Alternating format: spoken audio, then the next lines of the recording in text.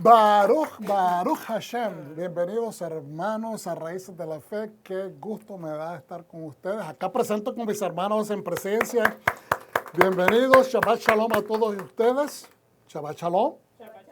Y Shabbat Shalom a todos ustedes que nos están viendo por las redes sociales. Es un gran privilegio poder estar acá con ustedes y que nos permitan compartir un poquito de la palabra del Eterno, de la Torah, de la instrucción, de la prescripción divina para nuestra vida. Y bueno, nosotros estamos contentos porque, como les digo, estamos en Shabbat. Estamos ya prácticamente a semanas de celebrar Pesaj. ¿Cuántos dicen amén? Amén. Aleluya. Pesaj es un tiempo de regocijo. ¿Okay? Es un tiempo de liberación. Y acabamos de experimentar la celebración de Purim, que es otra celebración de liberación. Entonces, ¿quién no se puede contagiar de este tipo de sentimiento, de perspectiva, de ánimo? Porque estamos prácticamente, hay una diferencia de 4 semanas, hermano, entre una celebración de liberación con la otra celebración de liberación. Una es una observancia bíblica, y la otra es una observancia bíblica, pero también de parte del Eterno. Es una fiesta solemne. Entonces, habiendo dicho eso, quiero que instarles a cada uno de nosotros, incluyéndome a mí, instarnos a que empecemos a preparar nuestros corazones, a empezar a hacer esos alcances a nuestros familiares, para pedir perdón, para reconciliarnos con nuestra manera de gastar el dinero y reconciliarnos también con las relaciones de negocio, las relaciones familiares, relaciones de compañeros, relaciones maritales, relaciones con los hijos. Es decir, es importante que empecemos a traer nuestra vida a un orden. Eso es lo que espera el Eterno en este tiempo, que empezamos a hacer esos preparativos. ¿Cómo se le llama eso? Se le llama hacer el procedimiento de Teshuvah, que es retornar al Eterno. Mientras nosotros estamos alejados de nuestros hermanos por cuestiones de diferencias, enojos y rencillas, estamos también alejándonos del Eterno. No sé si ustedes se dan cuenta de eso. No se trata de que cómo te perciban. Vuelvan a ver acá. No se trata de cómo la otra persona te perciba. Si usted es el que tiene el conocimiento de Hashem, se espera más de usted. Porque al que más se le da, más se le requiere. Entonces, usted teniendo el conocimiento de Dios, se espera que usted sea el reparador de la pared. El reparador en las cosas del reino. Usted es el que necesita surcir. Usted es el que necesita repellar esa pared. Usted es el que necesita mejorar esa vestimenta espiritual. Usted es el que necesita poner esa joya de regreso en su engaste. ¿Cuántos dicen amén? Amén. Y a eso se le llama hacer trabajo artístico, mejorando su calidad de vida y mejorando su calidad de relación con el Eterno. Y si usted está haciendo eso, usted también está ayudándole a reparar la vida a la otra persona. Aunque mire, usted puede decir, esa persona como que yo le pedí perdón y como que no la sentí muy sincera cuando que me dijo que sí, que estaban todas las cosas bien y todo esto.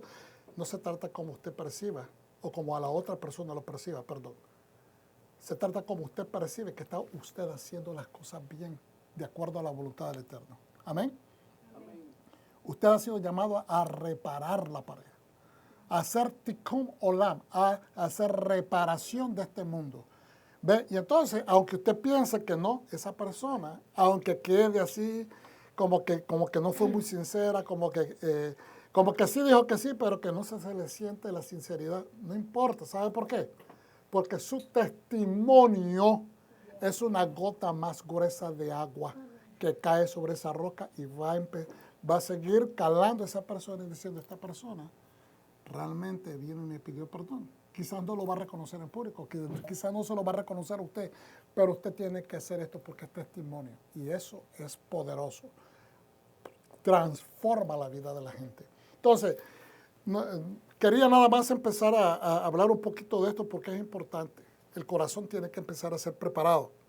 Y la única manera que podemos hacer esto es encaminándonos, siguiendo las pisadas del Mesías, quien nos enseña suficiente humildad y nos dice que debemos de perdonar a aquellos que nos han ofendido, inclusive a los enemigos. Tenemos que orar e interceder por ellos. ¿Cuántos dicen amén? Amén. Pues aquí pueden ustedes ver esta primera hoja donde hemos puesto, utilizando la estrella de David, como los puntos para graficar la semana, porque en esta porción de Vayahel, diga conmigo, Vayahel, que significa ensamblados, o Él nos ensambló. En esta ocasión decidimos ponerle nos reunió o reunidos, ¿ok? Que viene siendo prácticamente equivalente. Hemos puesto cada punta de la estrella de David como un día. Ustedes pueden ver en la parte de arriba, Yom Rishon, que es domingo o Sunday, ¿verdad? El primer día de la semana, porque en hebreo los días no se dicen por nombres de días, sino se dice primer día de la semana, segundo día de la semana, tercer día de la semana, y llegando al séptimo día, que es el único que tiene el nombre y se llama Shabbat, ¿ok? Que se puede traducir como día séptimo, pero también como descanso, ¿ok? Entonces, el segundo día es Yom Shani, que significa segundo día. La tercera punta es Yom Shlishi, que es el tercer día. Después, el cuarto día es Yom Revi'i, que es el cuarto día. El jueves, equivalente para nosotros, viene siendo Yom HaMishi, que es el quinto día. Y después, en la parte de arriba, el viernes, Yom Shishi, es sexto día. Y nuevamente vamos aquí abajo al centro, y que es bien interesante. Tal vez usted nunca había meditado en esto, pero en el centro está ese espacio. Y ese es el Shabbat. El séptimo día, el día de reposo, es Shabbat. ¿Ok? Y es el espacio sagrado. No está, como quien dice, en las puntas, porque esos son los días regulares, pero está en el centro, en el corazón del pueblo, porque es el día donde Hashem, su nombre, su bendita misericordia desde el principio de la creación, estableció ese espacio sagrado, donde Él entra, nos visita, nos hace la cita para que nosotros vengamos en conexión con Él. Y entonces ese espacio sagrado nos bendice con la presencia, la Shejinah de Hashem, nos bendice con los beneficios, con escucharnos, con tener esta comunicación cercana con Él, pero al mismo tiempo, como hace un momento explicábamos, que el nombre de Hashem, estábamos leyendo el Salmo 20, el nombre de Hashem es protección. ¿Ok? Es algo maravilloso. Y para eso es que Él, por eso es que se llama el día de la bendición, el día del menuja, el completo reposo es cuando no te falta nada, cuando no se te ha perdido nada, cuando no se te han robado nada, cuando no has tenido ningún tipo de pérdida y todo es ganancia. Esa es la presencia del Eterno. ¿Cuántos dicen amén? Amén. Aleluya. Pues vamos hacia adelante y ahí tenemos algunas muestras del shekel antiguo que fue encontrado bastante recientemente, creo que en los últimos 2 años o algo así, que fue encontrado este shekel que está ahí arriba, y después una de las otra rendición del shekel moderno y del medio shekel moderno. Ok, Vayahel es la porción de hoy día que significa reunidos, o Él nos reunió o Él nos ensambló. Torah, vamos a ver Éxodo del 35:1 al 38:20, Profetas Ezequiel 36:16 al 38 o Segunda de Reyes 12:1 al 17. Del pacto renovado vamos a estar viendo Juan 11:47-56, Segunda de Corintios 9:6 al 11, Primera de Corintios 3:11 al 18, de Hebreos 9:1 al 14 y Apocalipsis 11:1 al 13, si tenemos tiempo. ¿Okay? Y hay algunas otras escrituras que puede ser que compartamos.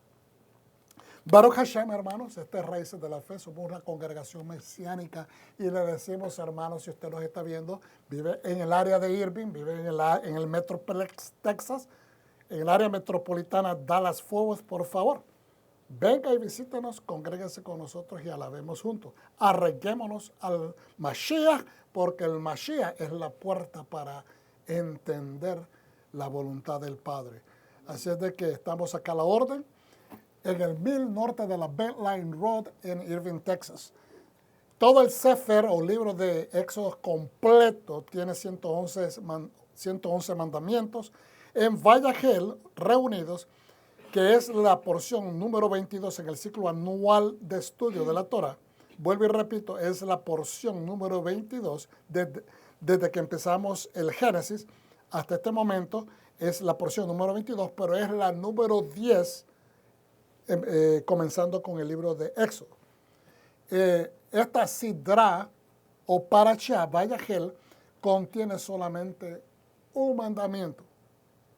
Y ese mandamiento es prohibitivo. Es decir, Dios dice, no hagas esto. ¿Y cuál es eso? Me di a la tarea de ponerlo porque es uno. Vamos a estudiarlo aquí brevemente.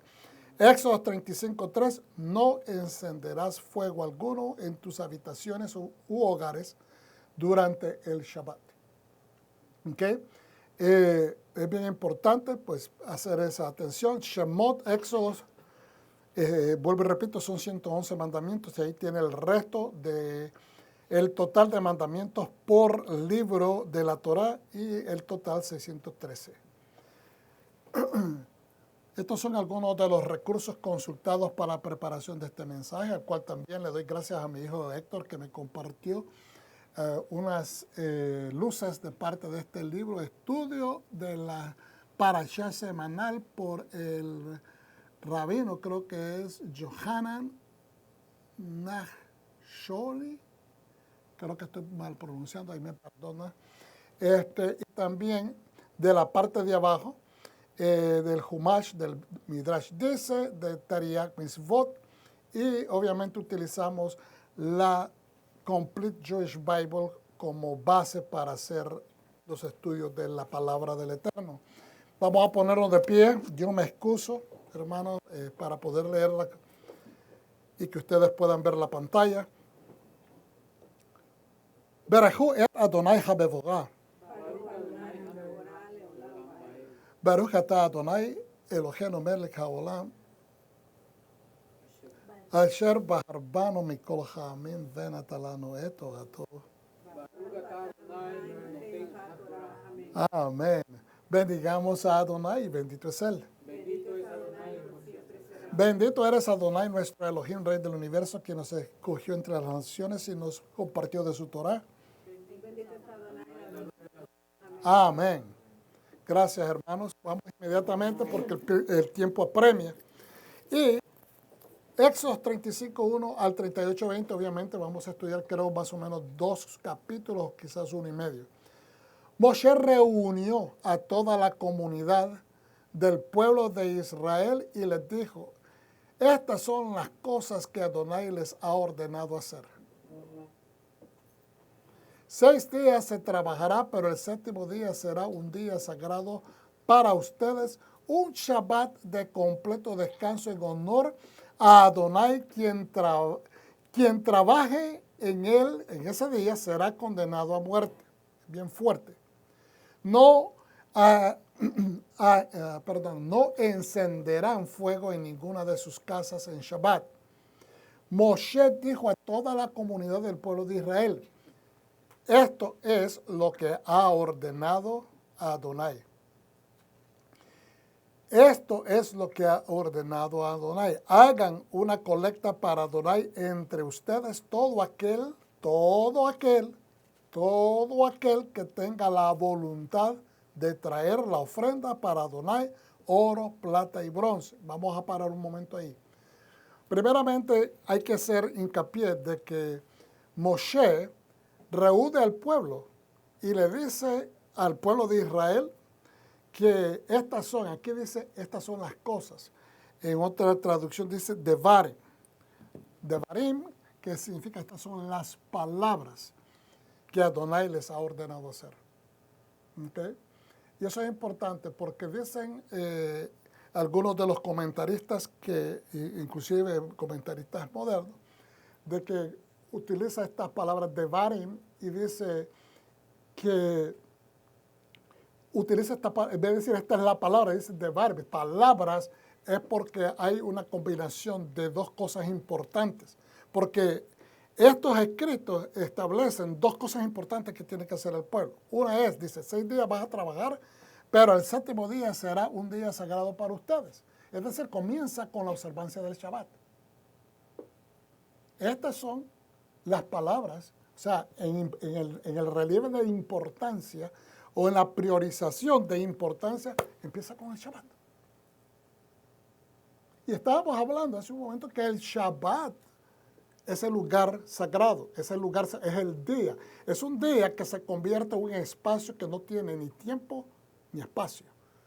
Porque entramos en el Shabbat al lugar donde habita el Hashem. ¿Ok? Es el lugar que Dios abre en el momento. Para nosotros es un día regular. El sol sale, hay luz, nos despertamos, caminamos en él, nos movemos todos los días en él. Es decir, hacemos nuestra vida física en él. Pero lo importante aquí es que estamos, los que observamos el Shabbat, el Eterno nos visita. Hay una presencia que se siente, ¿okay? Que se percibe, y es porque Hashem nos ha dado ese lugar para que podamos reunirnos con Él. Y si Él está presente, su Shekinah, significa de que tenemos acceso a ese lugar especial, donde no hay tiempo, donde no hay limitaciones de espacio. O sea, trascendemos, no por nuestra capacidad, sino porque Mashiach, Yeshua, hace posible que podamos trascender a Hashem. ¿Ok? A través de Mashiach pasamos a esa puerta y estamos ahí ante la presencia del Eterno. ¿Ok? Todos los días, 24/7, Dios es Dios, pero en el Shabbat, Él está cerca. Amén. Está cercano. Entonces, utilicemos el acceso que Él nos ha permitido, accediendo a hacer su voluntad para que tengamos aún más favor. Porque ese es el propósito del Shabbat, de amplificar la bendición que Él te ha prometido. ¿Cuántos dicen amén?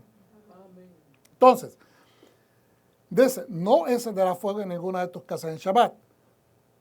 Dice, y después dice, Moshe dijo a la comunidad del pueblo de Israel, esto es lo que ha ordenado Adonai. Entonces aquí viene la segunda parte. Todo aquel que tenga la voluntad, y es con voluntad, no es a la fuerza. Pero hemos explicado la semana pasada, creo que hicimos hincapié en esto, de que de cierta manera Hashem trabaja con el pueblo para que nos pone esta especie de dualidad, si puedo utilizar esa palabra. Hay como una especie de enfoque de dos, hay como dos versiones, si lo podemos decir de esa manera.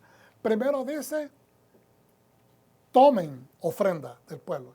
Cuando dicen tomen, Dios está diciendo como rey, el pueblo tiene que pagar un tax. Vayan y tomen la ofrenda.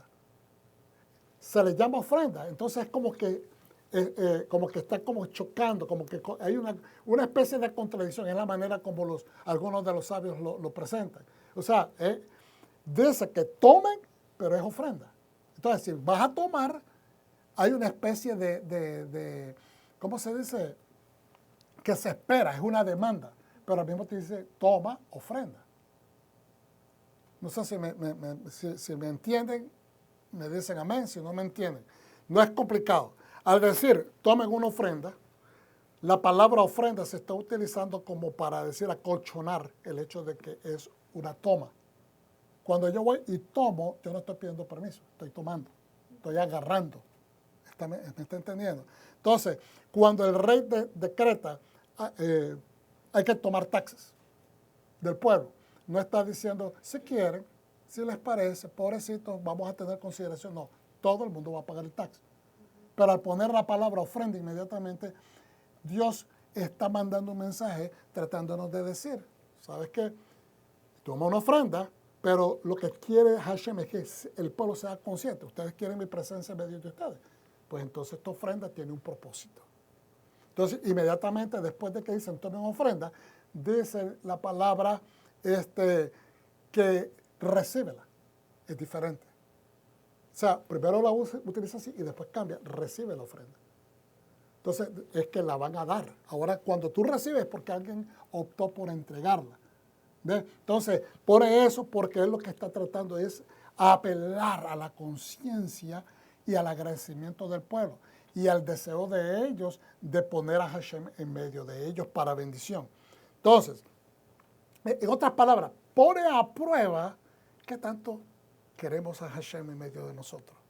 Porque eso no solamente se aplica al Mishkan en el desierto hace 3.500 años, se aplica a nosotros.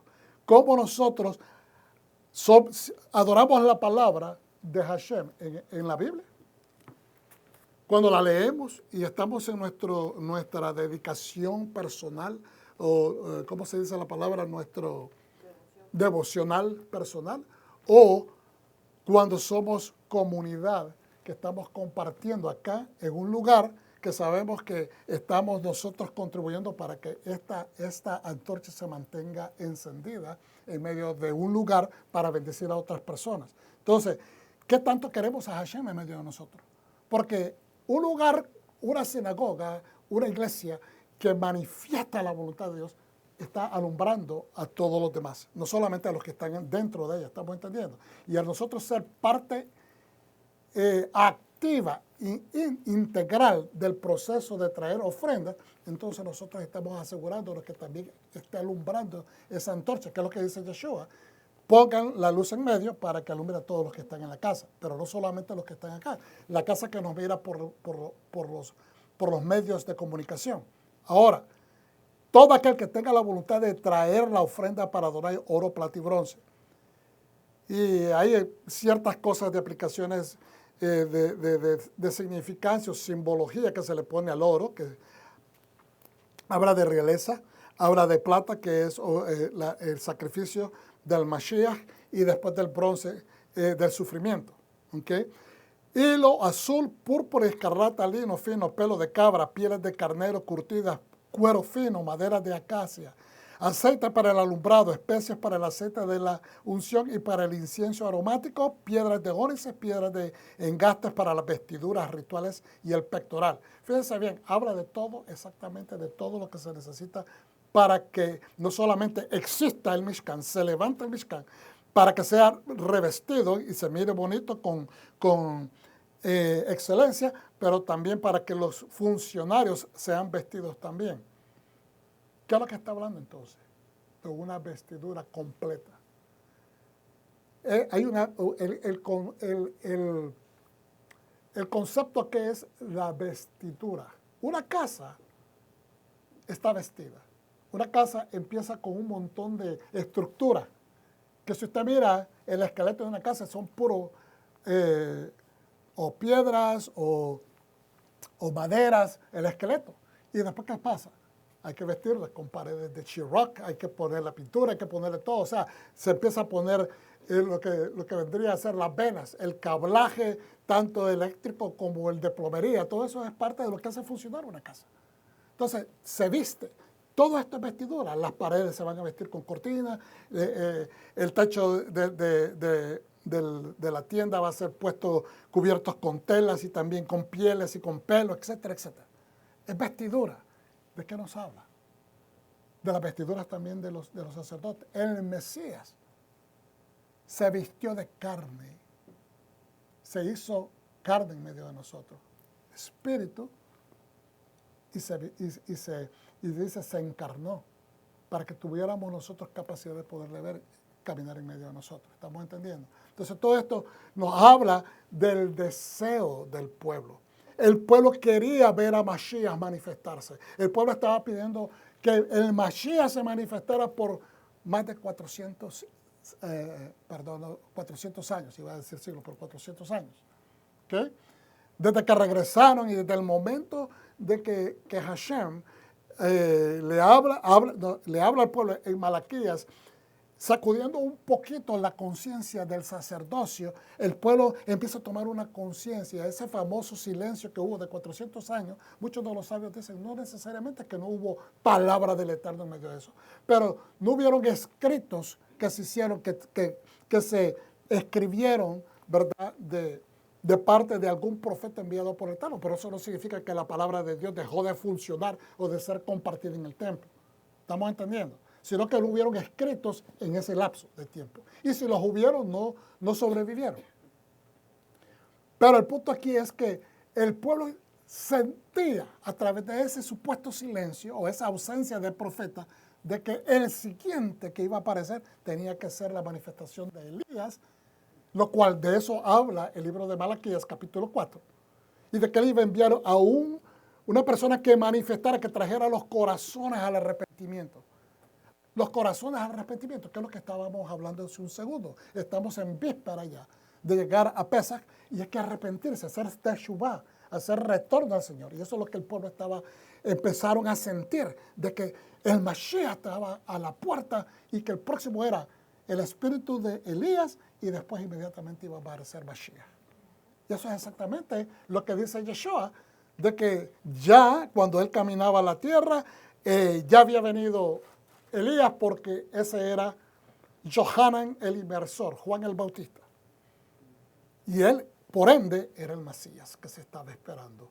Entonces, estamos esperando ver las vestiduras. Estamos esperando ver las calzadas del Mesías.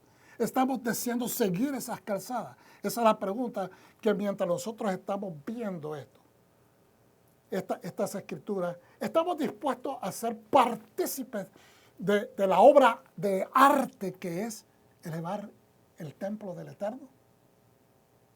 Estamos queriendo ser partícipes, poner manos como artistas. Acuérdense que los artistas no solamente son los que hacen el arte. Cuando usted va a una producción artística, puede ser una obra de teatro, puede ser una obra musical, puede ser una obra de danza. No solamente son los protagonistas que están en el stage, los que están llevando a cabo la obra de teatro. Está un ejército de personas, los que limpian, los que ordenan, los que ponen la coreografía, los que hacen los props, las cosas, ¿verdad? Los que hacen los cortinajes, todo. Todos esos son artistas. Inclusive el productor que paga el dinero para que se lleve a cabo. Y a veces nosotros nos toca ser productores que apoyan la obra del Eterno. Amén. Entonces, a algunos les va a costar a veces trabajar con el pelo de cabras. Ustedes saben lo que era trabajar con el pelo de cabra. Las mujeres trabajaban y tenían que, de cierta manera, con los químicos, no indagué mucho sobre esto, para serles sincero, pero en la antigüedad, trabajar con pelo de cabra era importante porque el pelo de cabra es duro. Es duro. Entonces tenían que trabajarlo, no al punto de suavizarlo, pero para poderlo manejar. Entonces, lo tenían que limpiar, obviamente, porque iba a ser parte del templo. Entonces, para tejer, dicen, bien dificultoso tejer con ese hilo hecho de pelo de cabra. Y era un trabajo que la mayor parte de las mujeres lo hacían, no necesariamente solamente mujeres, pero la mayor parte eran mujeres, pero que era arduo ese trabajo. Y a veces nos toca hacer ese trabajo, estar surciendo, cosiendo con pelo de cabra espiritualmente hablando. A veces nos toca tener que surcir cosas o hacer cosas que no necesariamente deseamos. Pero es muy importante entender que el propósito es terminar la obra. ¿Cuántos dicen amén? Terminar la obra, hermanos, porque a veces se nos asignan cosas que son pequeñas. ¿Cuántas telas o cuántas cosas fueron tejidas con tela de cabra? De todo lo que se hizo. Un porcentaje muy pequeño, pero tenía importancia, porque si no era importante, Hashem no lo hubiera pedido que se hiciera de esa manera. Habían algunas cosas que iban a cubrir, porque el pelo de cabra cubría perfectamente. O sea, la necesidad que surge de poder proteger ya sea la tienda o cualquier otra área que fuera puesta con la palabra embroidering, con bordado, gracias. Esa es la palabra que no me estaba, bordar con ese material. En otras palabras, puede ser que sea arduo, puede ser que sea más pequeño tu labor, pero puede ser que sea una de las más importantes. Yo siempre he utilizado este ejemplo y les pido que me disculpen, pero siempre pensamos que nuestro ladrillo debe estar arriba o debe estar en medio, debe estar al ojo de toda la gente, pero tu ladrillo puede ser que Dios te pida que lo pongas donde está la necesidad, donde está la grieta. No es donde nosotros queremos. Porque al final del trabajo, una vez que se ponen todos los ladrillos en su lugar, se tienen que tapar con el cemento y después se tiene que pintar. Y después nadie sabe dónde está el ladrillo tuyo, dónde está el del otro. Lo más importante es que cada ladrillo, empezando por los que están bien abajo, son los que sostienen todo el resto de la pared. Y después todos cumplen el requisito de cumplir lo necesario, que es que la pared no tenga grietas, porque una pared agrietada está propensa a caerse. Amén.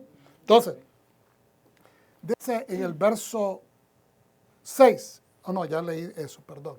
Entonces que todos los artesanos entre ustedes vengan y lleguen todo lo que Adonai ha ordenado, los artesanos, al tabernáculo con su tienda, su cubierta, sus sierras, sus tablas, sus travesaños, sus postes y sus varas, etc. Y da una lista completa de todo lo que tienen que hacerse, es decir, para establecer el esqueleto. Voy a saltar al verso 20, no porque no tenga importancia, sino para redimir el tiempo. Entonces, toda la comunidad del pueblo de Israel se retiró de la presencia de Moshe después de que él dio toda esa información, estableció para qué es que se iba a utilizar la ofrenda de ellos, y vinieron todos aquellos cuyo corazón los motivó y todos aquellos cuyo espíritu los motivó, corazón y espíritu. Y trajeron la ofrenda de Adonai para la obra en la tienda de reunión, para el servicio en ella y para la vestidura sagrada. Fíjense bien algo que es bien interesante. Cuando se cometió el pecado, el Het Egel. Diga conmigo, Het Egel. El pecado del becerro. Aprendimos el año pasado, creo sí, estoy seguro que lo mencionamos, de que Moshe se enojó, obviamente, no que perdió la cabeza, pero se enojó con el pueblo cuando cometieron esa falta. Y él sacó del campamento la tienda de reunión. Entonces, hay personas que se confunden con eso. Y dicen, pero ¿cómo es posible de que si no se ha construido? Están pidiendo en este momento, hasta en este momento se está pidiendo, ¿verdad? Sí se mencionó anteriormente toda esta petición de esa ofrenda, pero es ahora que se va a llevar efecto la traída de esas ofrendas. Acuérdense que todos los detalles del Mishkan, todo lo que van a ofrecer, se mencionan por las últimas 4 parashiot, porciones del libro de Éxodo. Se repite continuamente. Entonces los sabios dicen, ¿por qué Dios tiene que repetir tantas veces esto? Porque nos deja saber la importancia que es para Dios que le tomemos atención a todo lo que tiene que ver con su santuario. No solamente es para Hashem de importancia, es para nosotros, porque el santuario nos hace percibirnos como un pueblo en unión, un pueblo en unidad que está trabajando continuamente en unidad para hacernos uno también con Hashem, para hacernos ejad con Hashem, porque somos super santos nosotros. No. Es porque Él lo ha decretado de esa manera. Que Él nos visite y que nosotros estemos en su presencia es una manera de estar en unidad. Y que nosotros sigamos su prescripción, su Torah, su instrucción, nos hace ejad de espíritu con Él. Ejad en la manera de pensar, en que estamos en acuerdo con lo que Hashem ha prescrito para amplificar nuestra vida. Entonces, ¿qué es lo que dice de que en referencia a los sabios nos cuentan cuando cometió el pecado el pueblo? ¿Okay? Y entonces baja este hombre y encuentra de que han pecado, que han ofendido horriblemente al Eterno, porque están adorando a un becerro hecho de manos de hombre y le están rindiendo culto, como que ese becerro hecho de sus propias manos es mejor o más grande que ellos. Entonces, desde que se enoja Moshe y saca la tienda de reunión. ¿A qué se le llamaba la tienda de reunión? A la tienda donde se reunía él con todos los sabios y con todos los líderes del pueblo. Esa era la primera tienda de reunión que existió en medio del pueblo. ¿ok? Entonces se le llamaba la tienda de reunión, la cual después, cuando Hashem manda a hacer el Mishkan y se confecciona, se edifica el Mishkan con todo lo necesario para oficiar los servicios, entonces pasa a reemplazar esa tienda de reunión, porque esa tienda estaba en el centro del pueblo. Entonces todo el pueblo venían de todas sus áreas de ese campamento y sus líderes venían y se juntaban con Moshe debajo de esa tienda a discutir sabiamente las pautas que el pueblo iba a seguir, las instrucciones de Hashem. Una vez que se construye, ahora el Ohel Kodesh, la tienda santa, pasa a tomar ese lugar. ¿Dejó de reunirse en una tienda después de eso Moshe con los sabios de Israel? No, pero dejó de ser el centro. Porque ahora el consejo primario, primordial, lo primero se escucha del consejo de la boca de Hashem, que recibía Moisés cuando escuchaba que su nombre era llamado desde la tienda, perdón, o desde el santuario. Entonces él escuchaba de ahí y después él iba e impartía la información en la tienda del Sanedrín, por decirlo de esa manera, del grupo de sabios de Israel. Y entonces ahí se discutían y ahí se tomaban las decisiones. Entonces, dice, y vinieron todos aquellos cuyo corazón los movió y todos aquellos cuyo espíritu los motivó y trajeron a ofrenda de Adonai para la obra de la tienda de reunión, para el servicio de allí, para la vestidura sagrada. Vinieron tantos hombres como mujeres. Todos los que tenían un corazón dispuesto trajeron narigueras. Eso es anillos de nariz, narigueras. Aretes, anillos de sello, perdón.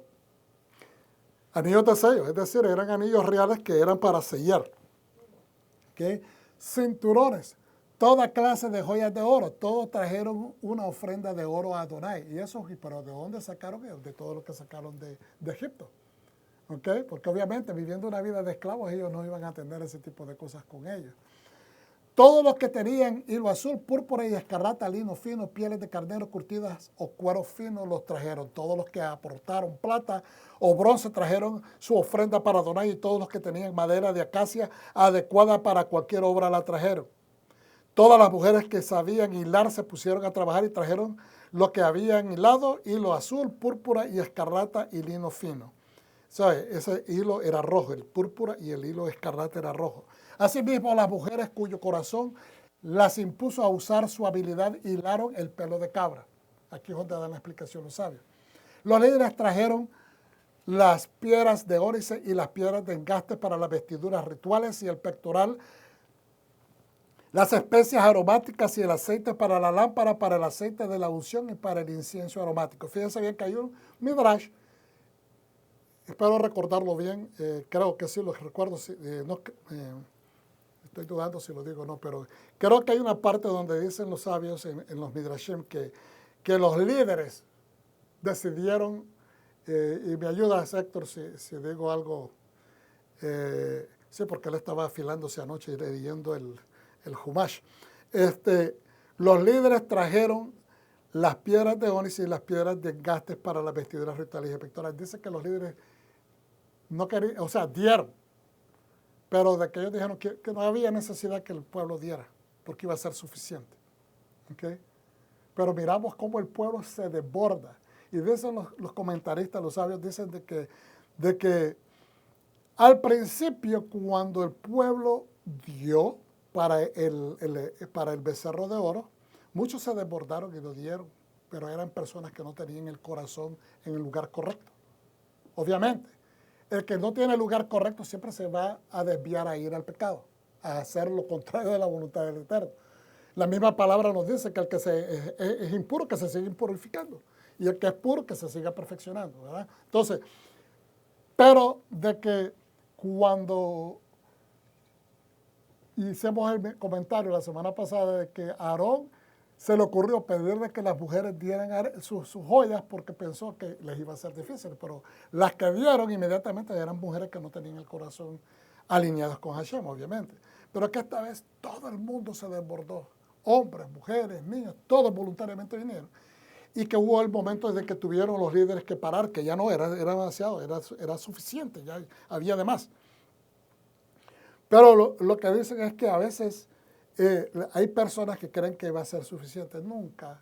Creo que, o sea, lo que podemos sacar de ese midrash es que nunca se le debe de limitar al pueblo cuando tiene la voluntad de traer y dar para el eterno.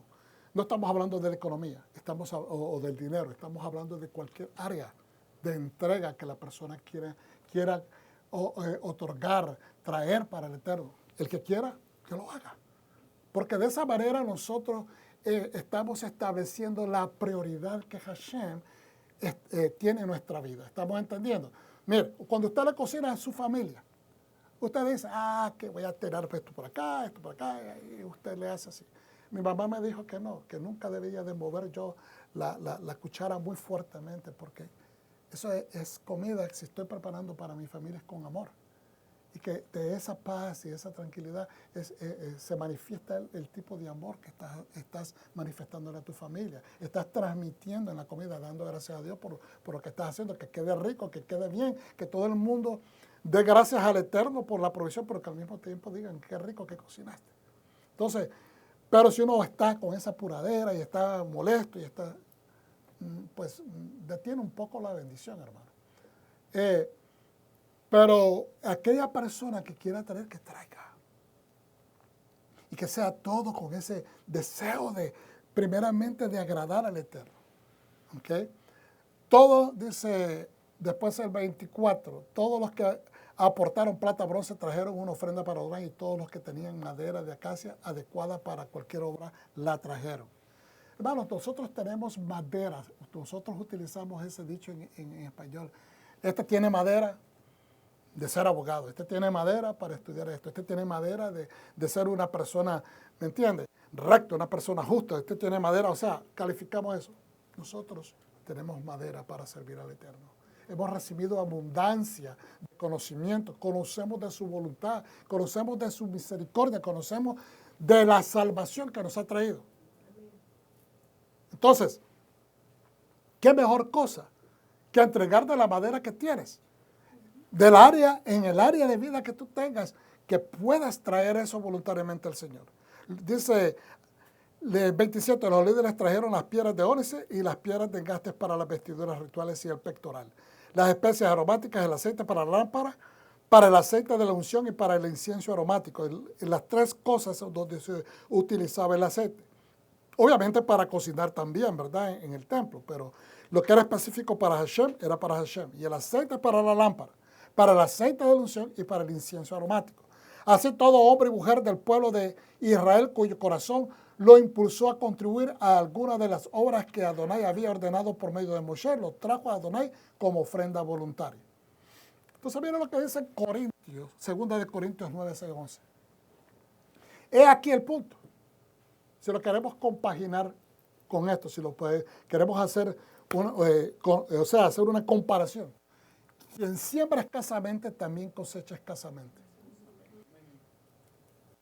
A veces no queremos sembrar no porque seamos escasos, o como decimos en vernáculo moderno, no es porque la persona sea agarrada, no es porque la persona no quiera, pero a veces hay personas que no traen de su madera, no traen porque le da temor, porque le da miedo, porque piensan que tal vez no es suficiente. No, hermano, no se trata de cuánto, se trata de la calidad, de la inclinación, de tu kavaná. Y siempre nos referimos a la viejecita que dio 2 dracmas, 2 penny, pero lo estaba dando con amor, con placer. No importa si me quedo sin comer. Y eso lo miró Yeshua, lo miró Dios, el Padre. Amén. Cada uno debe dar según lo que haya decidido su corazón. Porque va a dar al Eterno, nadie le puede poner cantidades. Eso es injusto. Ningún líder en ningún lugar puede decirle a la persona, tienes que traer esto. No. Eso no es así. Eso no es así. No con tristeza, dice. No puede ser, imagínense la vieja dice, lo único que me queda para comer. Pues no se hubiera agradado al Eterno, pero le agradó al Eterno y le agradó a Mashiach. No con tristeza ni por obligación, no porque tengo que. Porque Dios ama, dice, al dador alegre. Algunos dicen Dios bendice al dador alegre. La versión dice Dios ama. Dios tiene pacto con el dador alegre, o sea, va a darte favor. Además, Dios tiene el poder de proveerles con toda dádiva generosa en abundancia para que siempre y en todo sentido tengan todo lo que necesitan y puedan proveer abundantemente para toda buena obra. Dios quiere, no es que Dios necesita, sino que Dios quiere que nuestras semillas germinen en abundante bendición. Él quiere bendecirnos. Pero a veces necesitamos nosotros entender que no se trata de cantidad, no se trata de lo que el hombre piense, ni de la opinión de varón o hembra. Se trata del corazón con lo que estás haciendo. Como dice la Tenaj, dio generosamente a los pobres su sedaca. ¿Qué es sedaca? Sedaca es misericordia, es justicia, es favor, es, ¿cómo se dice? Charity. Caridad. Dice, o sea, caridad no como el sentido que nos enseñaron, vamos a darle una limosna a alguien por caridad, no, hermano. La caridad no es algo que se menosprecia.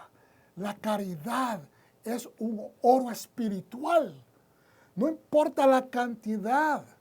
La caridad es oro espiritual, vuelvo y repito, porque no se trata de cuánto. Es que la persona que está disponible dice, pues yo lo único que ando es $1, pero lo doy con mucho gusto. Se agrada a Hashem de ese corazón. Porque lo estás dando a una persona que lo necesita tal vez más que tú. Cuando llegas a casa quizás tienes un refrigerador lleno. Esa persona tal vez no lo tiene.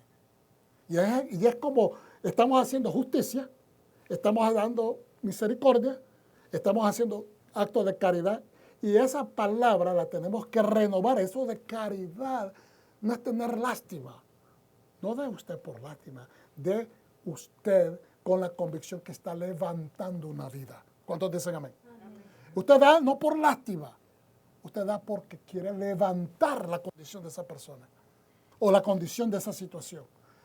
O sea, ese es el poder que tiene usted cuando hace las obras del Eterno. Cuando uno está buscando que alguien lo mire, le ponga atención porque usted está dando, ahí usted está haciendo una acción de la carne. Pero en el momento que usted hace, ¿verdad? Esto por el amor que usted le tiene al Eterno, y que sabe que es un acto de justicia, usted está haciendo acciones del Espíritu. ¿Cuántos dicen amén? El que provee semilla para el sembrador y pan para el sustento, proveerá y multiplicará su semilla y aumentará la cosecha de su sedaca. Aquellos dieron, fíjense bien, ellos fueron porque Hashem les dijo, vayan y pídanle a los egipcios que les den riquezas. Vayan. Y los regresó. O sea que había un propósito. Y ahora ellos realmente le están dando de lo que Dios les dio. Es más, desgraciadamente le dieron algunos primeramente al pecado. Pero ahora la gente con el corazón alineado con Dios dieron voluntariamente y sin límites. Entonces, dieron sedaca. ¿Y qué es lo que dice el verso 10? El que provee semilla para el sembrador, le está dando semilla al sembrador. ¿Okay? Y pan para el sustento, proveerá y multiplicará su semilla y aumentará la cosecha de su sedaca. Acuérdense que Mashiach se refiere a sí mismo como el sembrador. El sembrador salió a sembrar. ¿Okay? ¿Y quién lo mandó a él? El Padre.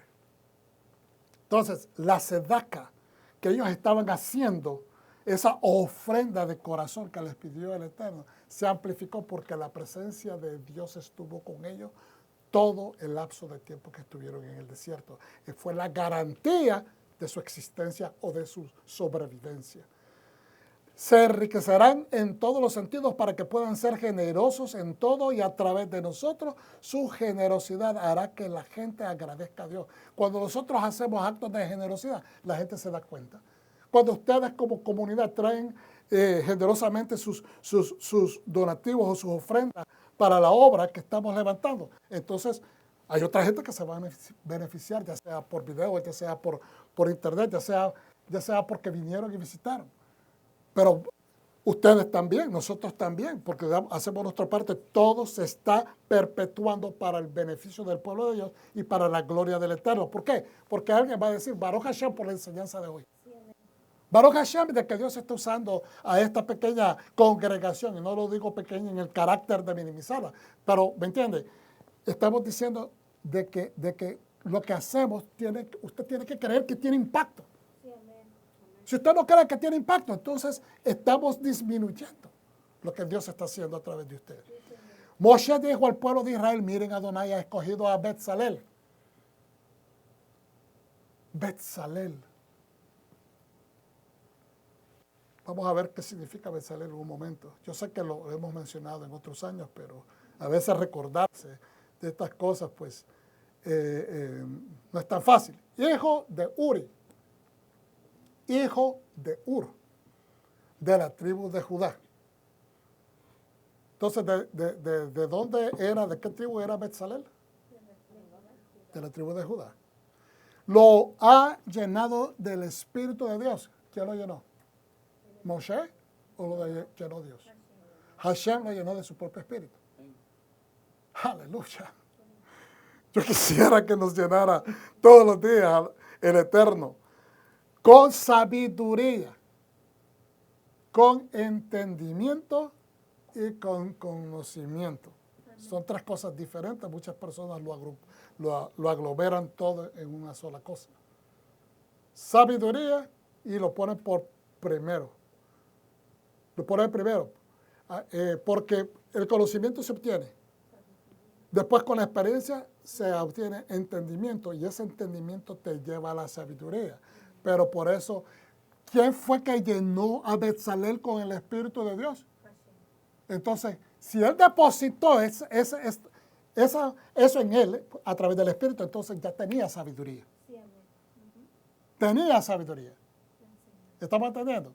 Entonces, y lo pone al revés la secuencia, porque cuando Dios te da la sabiduría, ya tienes la revelación. No tuviste que pasar tu experiencia aquí en la tierra, no tuviste que pasar tu experiencia como ser humano, no tuviste que pasar el entrenamiento, no tuviste que ir a la escuela, no tuviste maestro, sino que Dios la depositó. Y una de las cosas que estábamos estudiando ayer con Héctor, en la noche, era de que, ¿verdad? En los Midrashim dice, y esto yo lo he enseñado anteriormente acá en Raíces, de que Betzalel tenía 13 años de edad. Era un muchacho súper dotado, es decir, Dios lo dotó desde el nacimiento, fue separado para este momento. ¿Y por qué Dios escogió a un joven que apenas estaba llegando a la edad de hombre en desarrollo, que es a los 13 años de edad? Porque Dios no quería que ningún ser humano se tomara la gloria. Porque ellos habían sido constructores, ellos habían sido carpinteros o tectons, constructores en Egipto. Habían hecho los ladrillos, habían hecho, ¿verdad? Preparaban los ladrillos, hacían todo y pegaban ladrillos y todas estas cosas de construcción. Pero ellos no tenían acceso a hacer los planos para construir los edificios. Eso eran los arquitectos de Egipto. No le iban a dar la gloria a los extranjeros para hacerlo. No era así que funcionaba en la antigüedad. Podrían haberlo hecho ellos, quizás aprendieron viendo, quizás, pero ellos no iban a tener, es decir, los egipcios no le iban a dar esa gloria. Porque entonces ellos podían decir, nosotros fuimos los que diseñamos esto. No, ellos construían, eran la mano de obra. Pero este joven sale jovencito, por eso es que Dios le da la capacidad, Él lo dota con el Espíritu de Hashem. Y aquí tenemos tal vez algo que no nos habíamos fijado. Tenemos que Dios está mandando a establecer una casa para Hashem, un santuario para Hashem, para que Él habite, una residencia para que Él habite en medio de su pueblo. Dicen los comentarios de los sabios de que la manera como estaba puesto, y esto es bien interesantísimo. ¿Cuál es una de las obras de construcción maestras que son emblemáticas de Egipto, además de las pirámides? ¿Cuál es una de las obras emblemáticas? Cuando usted mira esa obra de arte egipcia, usted dice, esto es Egipto. Eso es bueno, pero no es eso.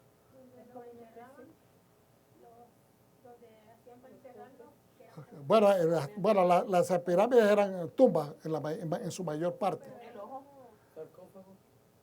Sí, pero estoy hablando de una obra grande, tan grande. Esfinge, la esfinge. ¿Y qué es la esfinge? Es un león. Es una especie de león que está echado con la cara de un hombre, dice que puede ser una mujer, ¿ok? Entonces, pero eso los refiriéndose a la manera como está establecido el Mishkan, que parece como un león echado. Así dicen los Midrashim. La manera, ve, entonces estamos viendo ¿me entiendes? Esta comparación. No, acuérdense que ¿dónde residieron ellos por 400 años? 200 estuvieron como personas aportando a la cultura, pero de 210 estuvieron como esclavos. Entonces ahora Betzalel sale joven de ahí. Dios no quiere darle la gloria a nadie, sino que le da la capacidad a este muchacho, lo investe con su espíritu.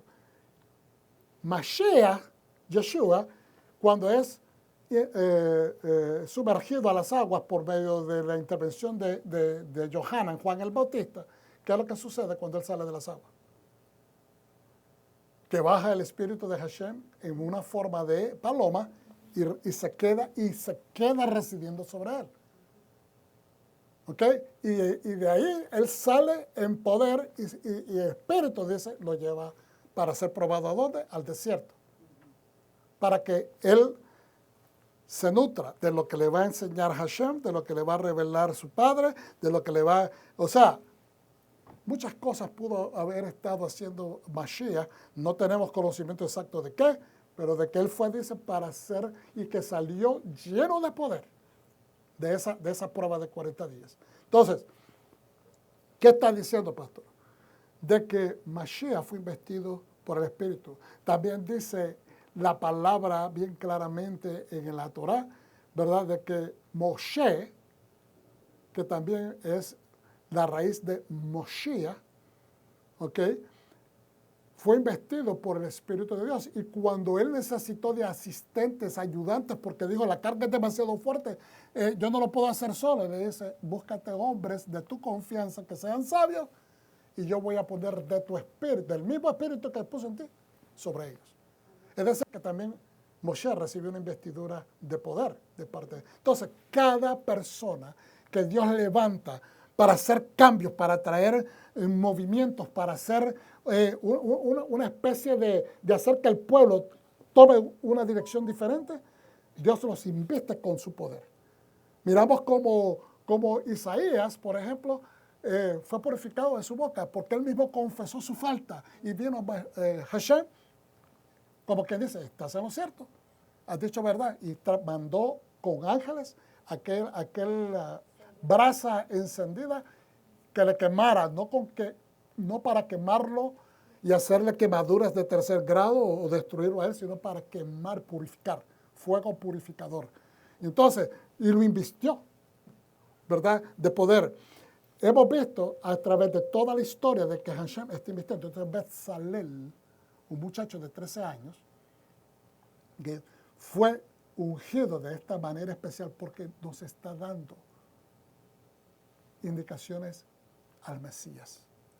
¿Qué es lo que están preparando? La residencia de Hashem, que simbólicamente es en la tierra el lugar donde nosotros nos reunimos alrededor, nos reunimos ante el santuario para adorar a Hashem y a esperar.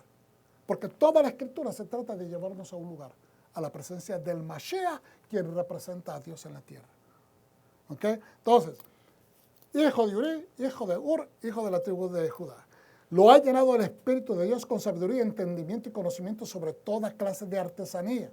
Es un maestro en diseño de oro, plata y bronce, en tallar piedras preciosas para engastar, tallar madera y toda otra artesanía. A Adonai también le ha dado a él Oholiab.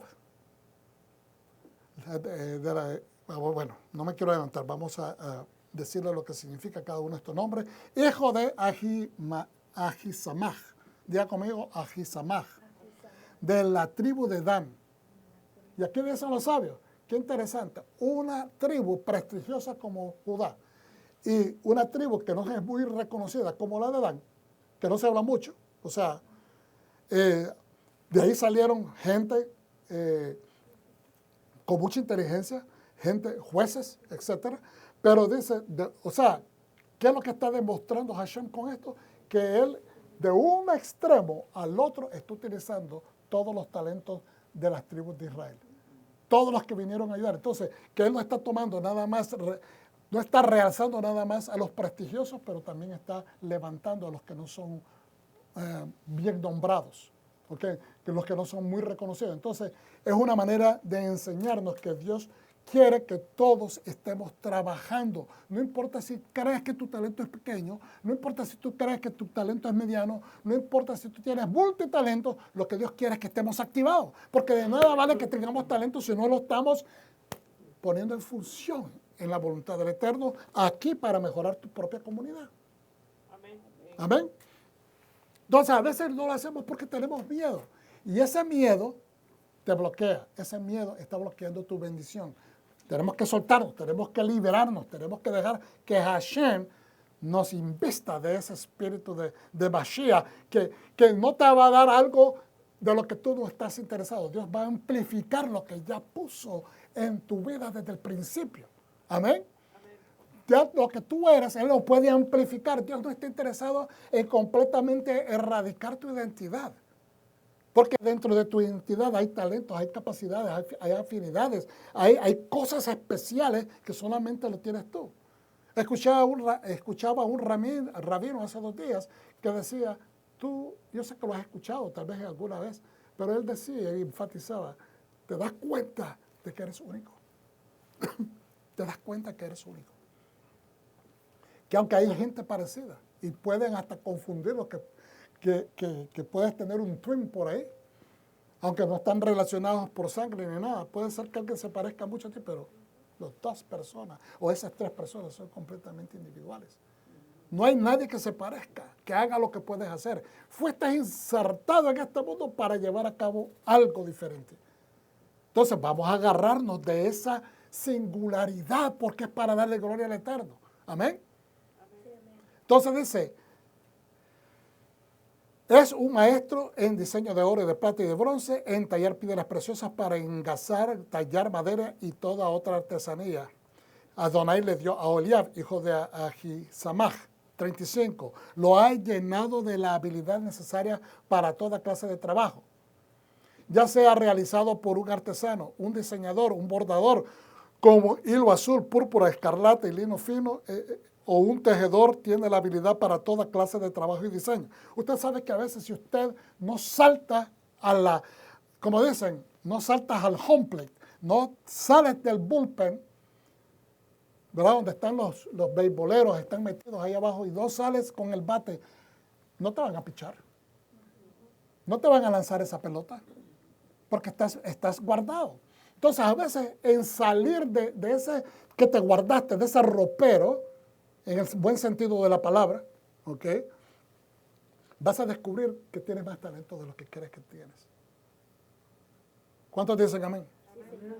Muchos de ustedes en este año aprendieron y están haciendo cosas que antes no estaban haciendo? ¿Cuántos de nosotros a través de estar separados de la sociedad durante la pandemia descubrimos cosas que podíamos hacer solos, que no las hacíamos antes? ¿Cuántos negocios surgieron a través de todo el mundo de gente que se las tuvo que arreglar? Y descubrieron que tenían talentos que nunca los habían tratado. ¿Por qué? Porque hubo una necesidad. Pues la necesidad más grande que tiene el pueblo de Dios es asegurarse que tengamos a Hashem en medio nuestro. Amén. Hermanos, esa debe de ser una realidad que nosotros no estemos dispuestos a perder. Una realidad por la cual nosotros estemos dispuestos a contender, a pelear.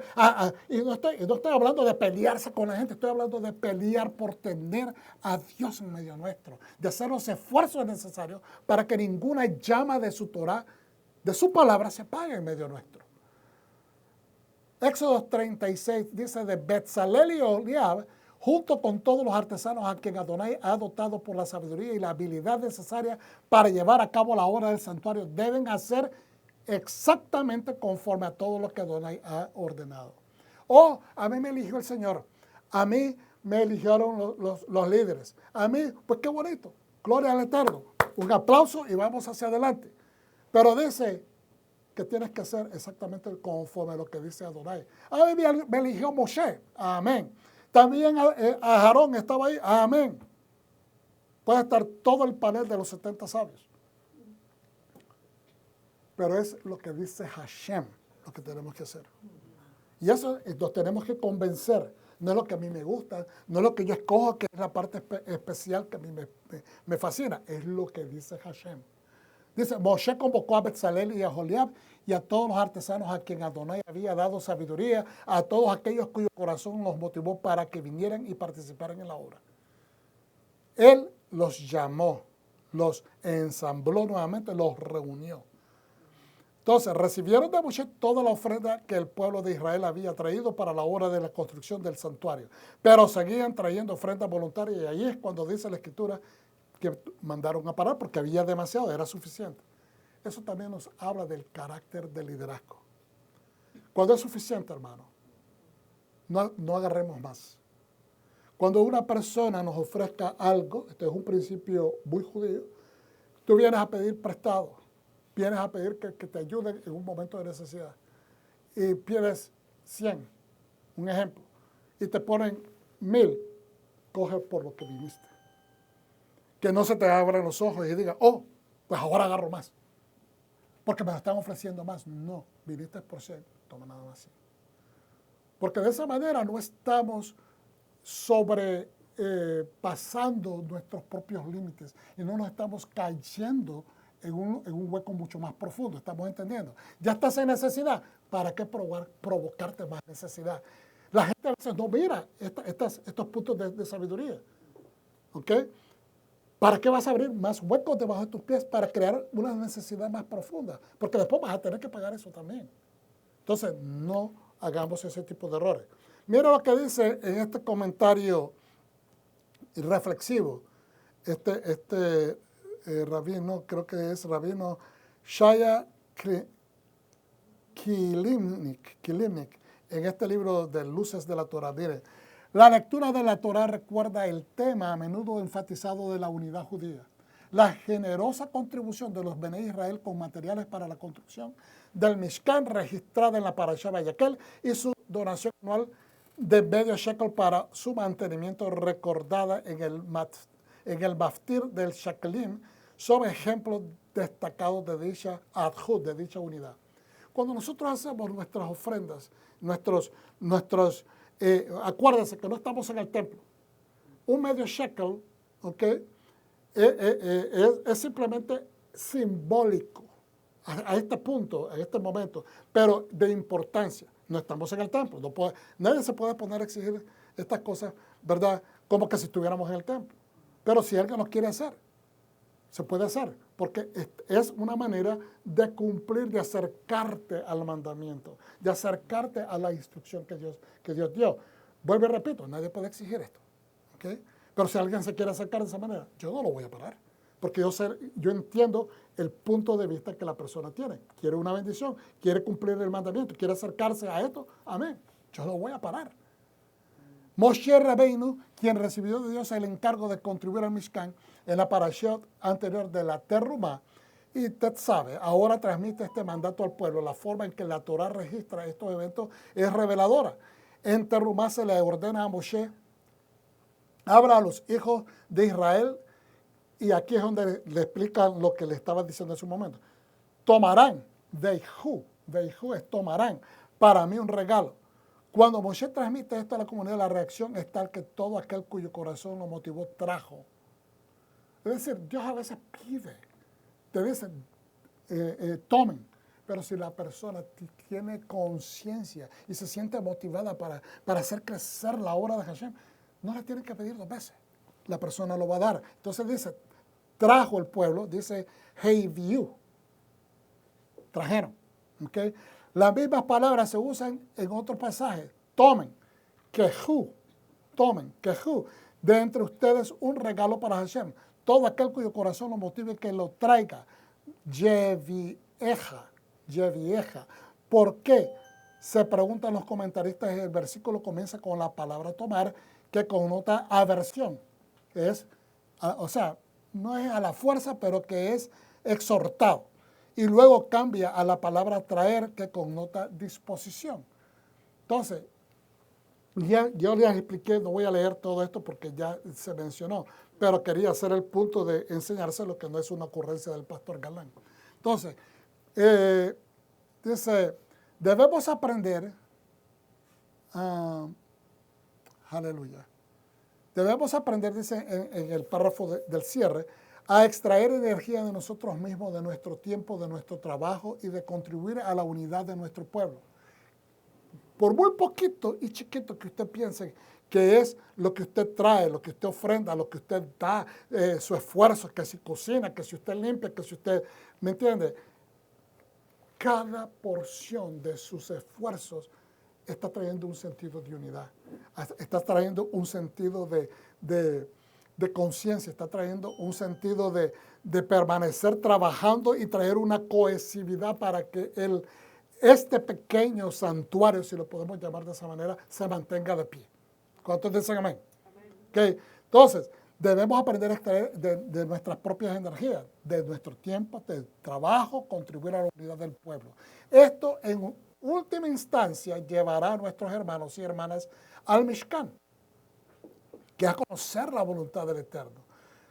Kol Beit Israel, a toda la casa de Israel. Dice, al umbral del medio shekel que cada uno dona, mantiene y promueve nuestra sagrada unidad. Como le digo, a este punto es algo bien simbólico. Pero necesitamos Kol Beit Israel, pero no necesitamos como la congregación de Israel, como la casa de Israel. No nos podemos separar de los judíos como muchos dicen. Somos un solo reino, el reino de Hashem. Hasta entonces solo aportamos la mitad de lo que podemos lograr. Demos todo lo que demos.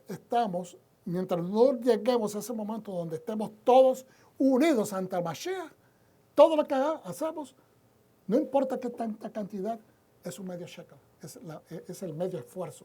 Una vez que estemos enfrente de Mashiach, estamos en completa unidad. Amén. ¿Están entendiendo lo que enseñan? Es maravilloso, es profundo. Entonces, voy a compartir algo más para ir terminando. Aleluya.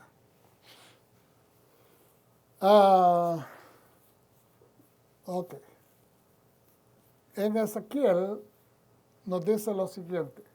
Entonces vino a mí la palabra del Señor diciendo, oh hijo de hombre, cuando la casa de Israel habitaba en tu tierra, la contaminaban con su conducta y sus obras. Su conducta delante de mí fue como la inmundicia de una mujer menstruosa. Y yo derramé mi ira sobre ellos por la sangre que derramaron sobre la tierra y por la contaminación con sus ídolos. Esto lo estamos poniendo en conexión con el pecado, ¿verdad?, que cometieron con el becerro de oro, porque el error de la idolatría es la madre de toda corrupción. El gran error, el gran pecado de la idolatría es la madre de toda corrupción. ¿Okay? Y dice, y yo derramé mi ira sobre ellos por la sangre que derramaron, por las injusticias. 19. Los dispersé por todas las naciones y fueron esparcidos por los países. Los juzgué conforme a su conducta y a sus obras. Dios nunca va a dar un castigo mucho más grande de lo que merece el pecado, o la falta, o el crimen. Pero cuando llegaron a las naciones a donde fueron, profanaron mi santo nombre cuando se decía de ellos, estos son el pueblo del Señor, pero de la tierra de Él han salido. ¿Están entendiendo? Tal vez suena como una especie como que suena como contradictorio. Espérate un momento. Bueno, corrompieron la tierra por sus faltas y el derramamiento de sangre por las injusticias que cometieron. Y yo me encargué de sacarlos de la tierra. La tierra los vomitó para afuera porque no merecían. Por eso es que Dios permitió que el reino del norte se lo llevara a Siria y el reino del sur se lo llevara a Babilonia. Porque fueron desobedientes, cada uno en su tiempo. Entonces ahora, pero una vez que llegaron a las naciones, la gente se preguntaba, ¿y estos? ¿No eran estos los que adoraban al Dios de los cielos? al que supuestamente es el Dios de todos los dioses, el verdadero Dios. Y entonces, al verlo, ellos que han caído en desgracia, es una manera de maldecir o abominar el nombre de Dios. Porque al no darle la gloria a Dios y caer en vergüenza, se los llevaron de esclavos y la gente ahora son el hazmerreír, eso es una manera de bofar el nombre de Hashem. ¿Estamos entendiendo? Entonces, dice, pero cuando llegaron a las naciones, ¿a dónde fueron? Profanaron mi santo nombre cuando se decía de ellos. ¿Cómo se profana el nombre de Dios? Cuando la gente dice, no son estos el pueblo de Dios, mira cómo están. No son ellos los bendecidos, mira, qué vergüenza. De esa manera están profanando el nombre de Dios. No es que hicieron más pecado. No es que se pusieron empedernidos y endurecieron su mente y empezaron a seguir cometiendo pecados. No. ¿Okay? Estos son el pueblo del Señor, pero de la tierra de Él han salido. Es decir, fueron echados.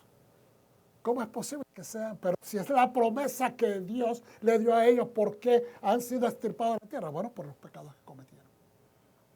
En otras palabras, falsearon el pacto que se les dio con garantía, simplemente que Dios esperaba que obedecieran. Y al falsear el pacto, la tierra los arrojó para afuera. O sea, indirectamente fue Dios el que, no es la tierra directamente, pero fue directamente Dios. He tenido dolor al ver mi santo nombre profanado por la casa de Israel en las naciones a donde fueron. Por tanto, di la casa de Israel que así ha dicho el Señor Dios. Dile a la casa de Israel, yo no lo hago por ustedes, oh casa de Israel, sino por causa de mi santo nombre. Por eso es que Dios tiene misericordia, porque Él sí va a mantener su pacto y su fidelidad, aunque nosotros como pueblo seamos faltos de entendimiento y seamos infieles, porque Él no va a negar su esencia. Él es un Padre bondadoso y misericordioso. Amén. Aleluya. Por mi santo nombre, el cual han profanado en las naciones donde han llegado. Yo mostraré la santidad de mi gran nombre que fue profanado en las naciones, en medio de los cuales ustedes lo profanaron, y sabrán las naciones que soy el Señor, cuando yo muestre mi santidad en ustedes a vista de ellos. ¿Sabes cómo se manifiesta la santidad de Dios sobre el pueblo? Manifestando su misericordia. Uno de los grandes atributos de la santidad es la capacidad de otorgar misericordia, de dar benevolencia dar gracias cuando no se merece. Aleluya. Entonces, estamos por terminar. Antes de terminar con alguna lectura del Brit Hadashah, el pacto renovado, miren lo que significa Betzalel. ¿Quieren saber? Sí. Amén, les interesa. Dice, lo llenó del espíritu de Hashem con sabiduría, entendimiento y conocimiento. Y Ben Ezra dice, citando a Sadaya Gaón. ¿Quién es Sadaya Gaón? Ahí pueden verlo ustedes a la derecha. Sadaya Ben Yosef Gaón fue un destacado rabino Gaón, fue un líder, filósofo y exégeta judío, activo durante el califato abasí. Sadaya es la primera figura rabínica importante en escribir extensamente en judeo árabe.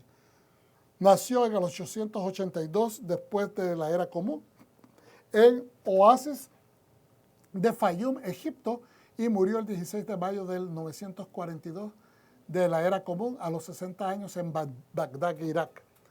Se le atribuyen numerosas virtudes y talentos a Betzalel y a Joliab, dice este sabio. Afirman que su selección también tuvo una base tribal. Betzalel era de Yehuda y Joliab de Dan, dos tribus descritas por Jacob y Moshe como leones. Eran leones feroces. ¿Okay? Dado que Beit Hamikdash, según Hazal, según los sabios de bendita memoria, tenía forma de león. Estas dos tribus fueron elegidas para construir el Mishkan, precursor del Beit Hamikdash. Del Santo Templo. Sin embargo, Ibn Ezra rechaza esta explicación. En su opinión, fueron seleccionados para esta misión únicamente porque eran los mejores artesanos. Betzalel significa la sombra de mi padre. Betzal, sombra. Él, mi padre. Dios o sombra de Dios. Literalmente la sombra de Dios.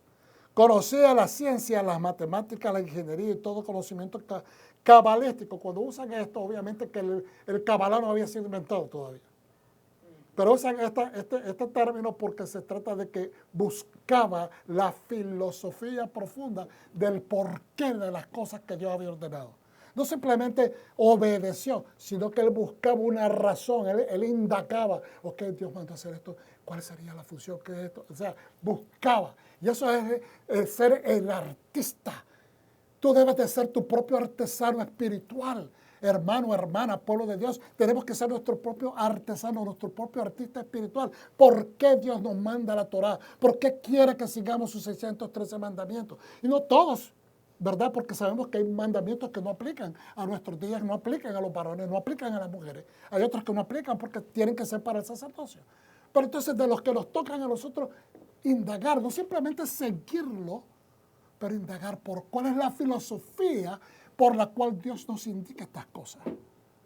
¿Qué pasaría si sustraemos en medio de nosotros lo que hemos aprendido? Porque nosotros hemos cambiado. Después que vinimos a los caminos del Eterno, después que conocimos a Yeshua, HaMashiach, cambiamos nuestra forma de vivir. Y entonces, si hubiésemos extraído de la ecuación a Yeshua, estaríamos en la misma situación que antes. Entonces significa que haber insertado a Yeshua en nuestra vida nos recreó. Dejamos de ser una simple creación de Dios y nos empezó a formar. Luego seguimos estudiando y nos empezó a dar no solamente forma, pero nos empezó a dar más especificidad acerca de las cosas espirituales hasta el punto que queremos llegar a ese momento donde somos emanación, una extensión de la voluntad de Dios en la tierra. ¿Ok? Yo sé que es un poquito profundo eso, pero es así como lo mira. Entonces este varón buscaba el razonamiento detrás de las cosas que se estaban haciendo. Ese era Betzalel. ¿Okay? Dice, Betzalel afirma que su selección también tuvo una base tribal. Es decir, Betzalel fue seleccionado porque venía de Judá. Entonces, como les dije anteriormente, Dios quería utilizar a un elemento que saliera de una tribu de renombre y otro que no era tan de renombre, porque Dios quería enfatizar de que de los dos niveles Él está elevando de toda la congregación de Israel. Betzalel era de Judá y Joliab de Dan, dos tribus descritas por Jacob. Sin embargo, Ibn Ezra hace esta distinción. Betzalel es la sombra de Dios.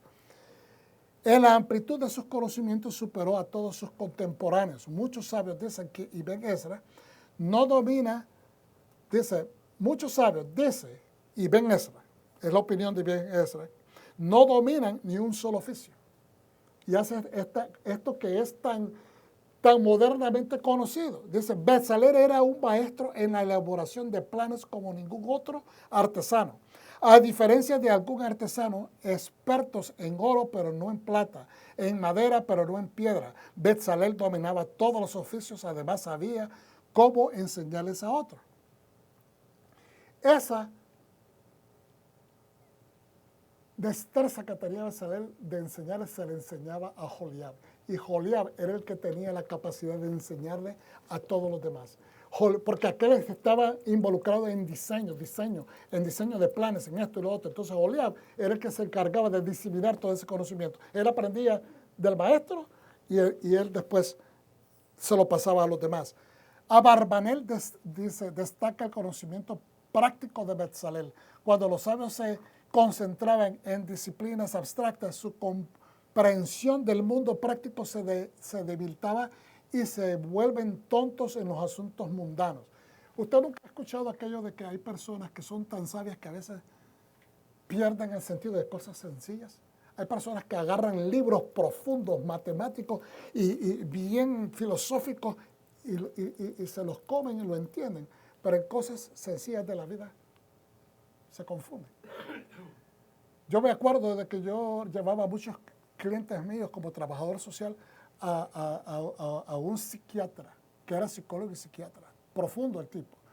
Pero él tenía conocimiento de todas las cosas con referencia a lo que él hacía, pero contacto con personas. Él no miraba a las personas, no tenía una conversación. Era bastante, tenía un nivel de autismo. Y él nada más lo miraba a uno así, subía por encima de la parte superior de sus lentes, pero no conectaba con las demás personas. No podía, no era adecuado en el tratamiento con las demás personas. No estoy criticando a esa persona. Lo que estoy diciendo es que era un sabio en el conocimiento de la ciencia que él había estudiado, pero a nivel personal sus habilidades naturales no estaban desarrolladas. Y eso es lo que pasa a veces. Por eso el profeta Yeshayahu testificó sobre el Mesías: el espíritu de Hashem reposará sobre él, un espíritu de sabiduría y entendimiento. Isaías 11:2. Entonces, cuando Dios capacita, Dios te va a capacitar completo. No te va a dejar un hueco limitado. Amén. Dios no te va a dejar que tú seas limitado. Cuando te va a capacitar para un oficio específico, te va a capacitar con todos los diferentes ángulos. Tal competencia es poco común en nuestro mundo, pero Betzalel brilló en este aspecto. Ok. Dice un sabio filósofo: quienes poseen una gran inteligencia tienen poca motricidad, habilidades motoras. Y eso lo mira, que a veces mucho pasa con mucha gente sabia. Inclusive gente autista que tienen capacidades increíbles. ¿Ok? Pero que sus habilidades motoras no se desarrollan, pero tienen en esa área son tremendamente profundas. Lo que se llama un sivan, un sabio, es un término francés, un sivan, un sabio profundo. Pero en ciertas cosas, en sus habilidades motoras a veces son limitadas. Ok, vamos a ir a explicar qué es lo que significa. Bueno, aquí están los datos biográficos de Betzalel, pero por cuestión de tiempo no los vamos a poder cubrir todos. Pero después los hablamos mejor durante la discusión después del almuerzo. Y Oholiab. ¿Quién era Oholiab? Su nombre significa la tienda o la casa de mi padre. En la Biblia hebrea, Oholiab, tienda de mi padre, hijo de Ahisamach, de la tribu de Dan, trabajó bajo la orden de Betzalel como arquitecto adjunto del tabernáculo y de los utensilios que albergaba, incluyendo el arca de la alianza. Se le describe en Éxodo 38:23 como maestro de la carpintería, el tejido y el bordado. Sí, Ahisamach, el padre de Oholiab, es mencionado en Éxodo 31:6, Éxodo 35:34 y Éxodo 38:23.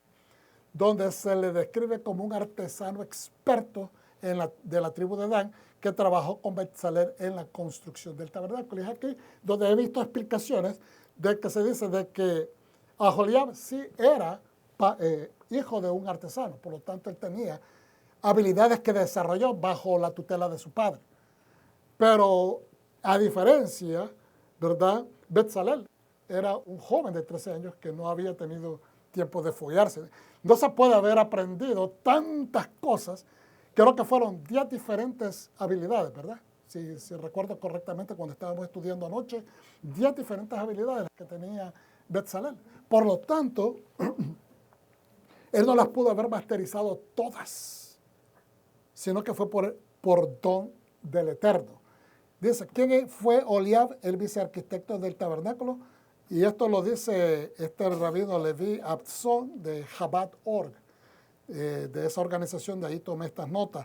La primera vez que conocemos de Oholiab es durante la construcción del tabernáculo. Ahora, es importante mencionar esto, que no hay mucha información sobre la ascendencia. Solo sabemos que es hijo de Ahisamach, que es de Dan, y que de todos los ayudantes que Dios escogió para crear el tabernáculo, de todas las tribus, del que se hace mención como ayudante y vicearquitecto de todo lo que se hizo, es Oholiab.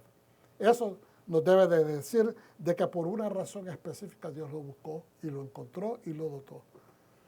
Ok. Aleluya. Vamos a terminar con lo siguiente, hermano. Corintios 13, 11 al 18. Porque nadie puede poner otro fundamento que el que ya está puesto, el cual es Yeshua HaMashiach. No podemos poner otro fundamento. Hermano, el templo, el segundo templo y el prototipo, que es el mismo Mishkan, todos tienen una razón de ser.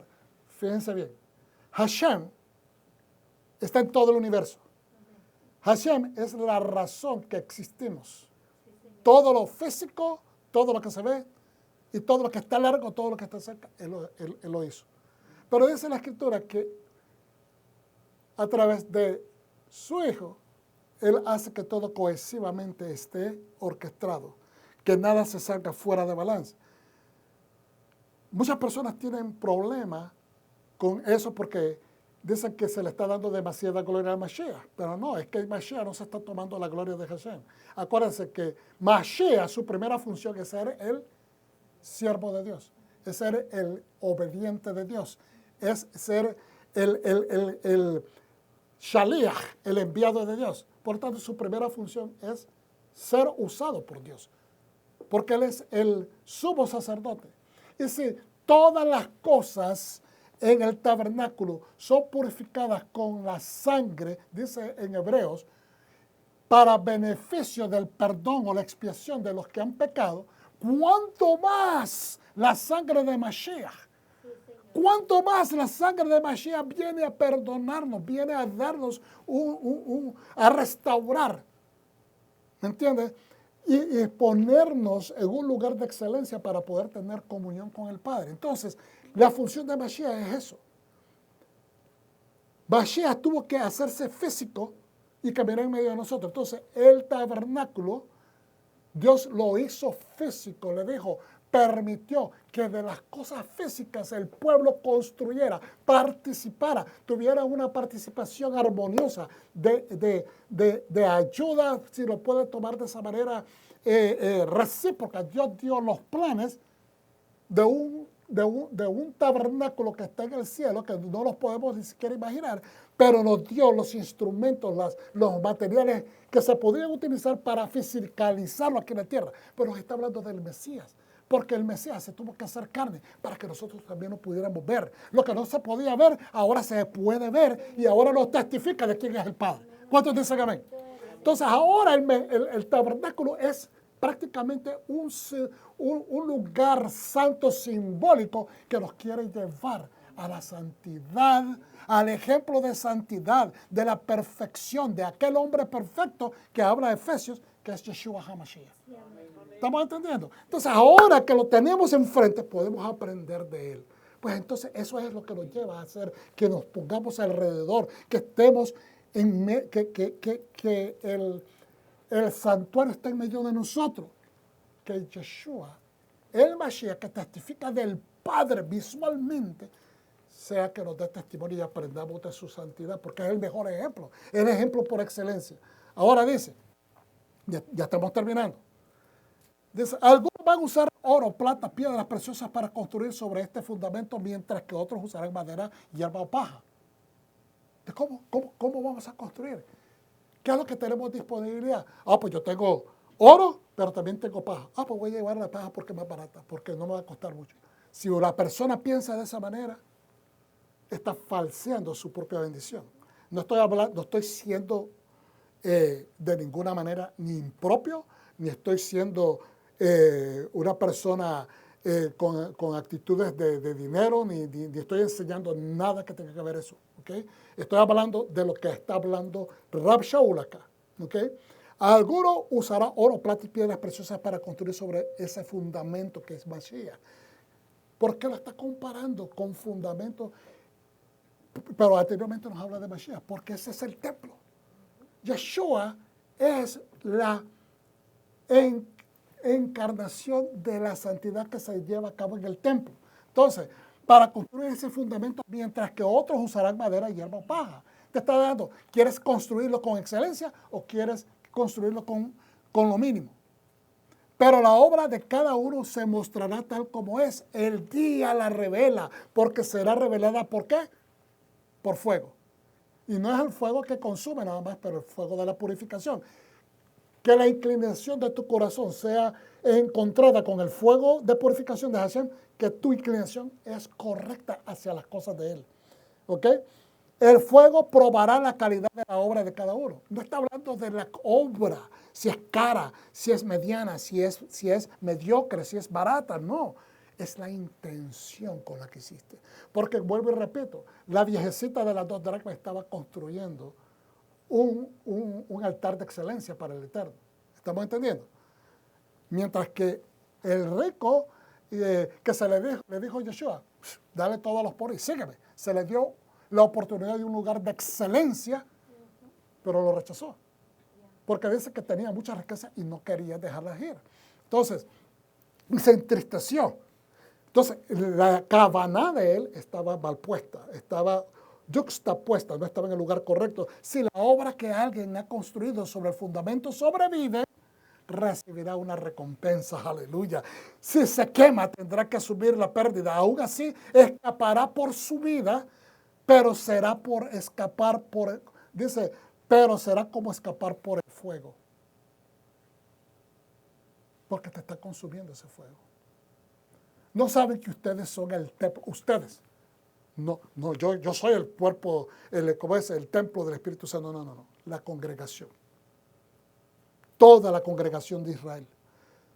Judíos y naciones en Yeshua. ¿No saben que ustedes son el templo de Dios y que el Espíritu de Dios vive en ustedes? En otras palabras, ¿por qué estás escatimando? Si Dios no da el Espíritu Santo por medida, ¿por qué estamos escatimando? ¿Por qué estamos viendo qué damos o no damos? Si me duele, si no puedo, si esto. Entregámonos al Eterno. Así que si alguien destruye el templo de Dios, Dios le destruirá a él, porque el templo de Dios es santo y ustedes mismos son ese templo. Que nadie se engañe si alguno entre ustedes se cree sabio, según los estándares de este mundo, que se haga insensato, es decir, ignorante, para que llegue a ser verdaderamente sabio. Hermanos, no reclamamos conocerlo todo, saberlo todo, pero sí creemos que hay un propósito en este tiempo para el pueblo del Eterno. Vamos a seguir adelante, vamos a darle lo mejor al Eterno, y los dejo con este pequeño poema que habla del arte de construirnos, del arte. Es una especie eso es todo, no hay más, eso está en la última página. Hizo también en la menorá de oro puro, labrada a martillo, hizo la menorá, Éxodo 37, 17. Él es Betzalel, un artista, porque el fundamento de cualquier buena sociedad son sus artistas. El fundamento de esta sociedad llamada la Quejilá, raíces de la fe, el fundamento de esta sociedad llamada pueblo de Dios, son todos ustedes, somos todos nosotros. Nosotros somos los artistas que levantamos esta Quejilá. La menorá, nuestro primer símbolo, era anterior a la estrella, un punto para cada día de la semana. Cuando dice la estrella se está refiriendo a la estrella de David. Uno en el medio para el día del descanso, en el que no se encenderá ninguna llama. Está viendo cómo este varón está utilizando que el centro es el punto de descanso, es el Shabbat, el lugar sagrado. La mayoría de nosotros confundimos esto con el de la Hanukkah, que tiene 9 puntos para la luz.